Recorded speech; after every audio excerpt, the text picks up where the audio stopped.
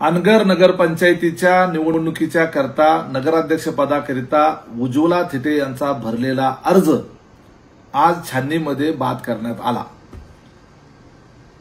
खऱ्या अर्थानं या देशामध्ये लोकशाही अस्तित्वात आहे का नाही हा प्रश्न निर्माण व्हावा। प्रशासनावर किती प्रमाणामध्ये दबाव आणि दडपण आणलं जातं याचं ज्वलंत उदाहरण म्हणजे अनगर नगरपंचायतीची ही निवडणूक। या मोहोळ तालुक्यामध्ये कशा पद्धतीचं जंगलराज आणि चालतं याचं ज्वलंत उदाहरण म्हणजे अनगर नगरपंचायतीची निवडणूक। उमेदवारी अर्ज भरायला जाण्याच्या करता 50-50 टेनगनधारी पोलीस घेतलेले पोलीस त्या ठिकाणी बंदोबस्त घेऊन त्या ठिकाणी उमेदवारी अर्ज भरायला जाण्याची परिस्थिती निर्माण होते। हे म्हणजे अनगरची नगरपंचायतीची ही निवडणूक। हे जे जंगलराज आहे हे मागच्या 70 वर्षापासून या तालुक्यावर आहे। अनगरची नगरपंचायतीची निवडणूक कायम बिनविरोधच झाली पाहिजे, आमची परंपरा कायम राहिली पाहिजे, त्याच्याकरता लोकशाहीची माती झाली तरी चालेल, परंतु आमची निवडणूक ही बिनविरोधात झाली पाहिजे। माझी सुनबाई त्या ठिकाणी पहिली नगराध्यक्ष झालीच पाहिजे। या अट्टहासापोटी अनगरच्या राजन पाटलांनी कटकारस्थान करून तो अर्ज बाद केला। छाननीमध्ये सूचकाची सही नाही म्हणून अर्ज बाद केला। सूचक कोण आहे तर सूचक उज्ज्वला थिटे यांचा स्वतःचा मुलगा सूचक आहे। त्याला विचारल्यानंतर त्यांनी सांगितलं की मी 3 ते 4 वेळा फॉर्म चेक केला, आईची सही आहे का बघितलं, माझी सूचक म्हणून सही झाली आहे का ते बघितलं, आणि असं असतानाही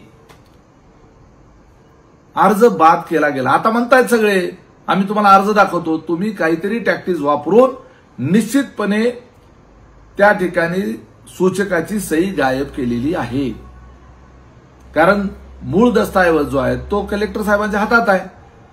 त्यावेळेला त्या सगळ्या अर्जाची झेरॉक्स मागितलेली होती, सबमिट केलेल्या अर्जाच्या प्रत्येक पानावर सही शिक्का आणि पोच मागितलेली होती, ती दिली गेली नाही।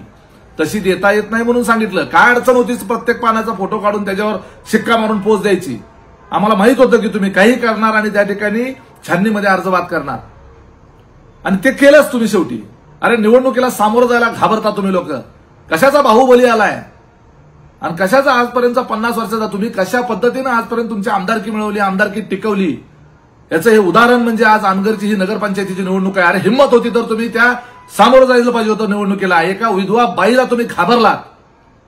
आज तुमचं लोक कुठेतरी चॅनलवर बाहुबली वगैरे म्हणतात, स्वतःला म्हणून घेता, आणि एका महिलेचा अर्ज तुमच्या सुनेच्या विरोधात ती निवडून येईल म्हणून घाबरून तुम्ही अर्ज त्या ठिकाणी बाद करता। हिंमत असती तर निवडणुकीला सामोरं जायचं होतं। अरे तुमच्या इकडे प्रचाराला न येता तुमच्या गावातल्या लोकांनी तुम्हाला दाखवून दिलं असतं तुमची काय आहे। खरोखरच तुमची लोक तुमच्या पाठीमागे का 4 गुंड घेऊन पुढे त्या ठिकाणी दादागिरी केली आणि नाचवली म्हणजे सगळं गाव तुमच्या मागे येतंय असा समजून घ्यायचं कारण नाही। एवढं लक्षात घ्या, एका महिलेला घाबरून तुम्ही आज हा रडीचा डाव जो खेळलेला आहे हा तुम्हाला महागात पडणार आहे, एवढं लक्षात ठेवा। ही मोहोळची जनता नाही, उभा महाराष्ट्र बघतोय। ह्या सगळ्या प्रकाराची चौकशी झाली पाहिजे। आम्ही देखील त्या ठिकाणी कायदेशीर बाबी तपासून बघणार आहे। या संदर्भामध्ये काय करता येते ह्या सगळ्या बाजू आम्ही तपासून बघणार आहे।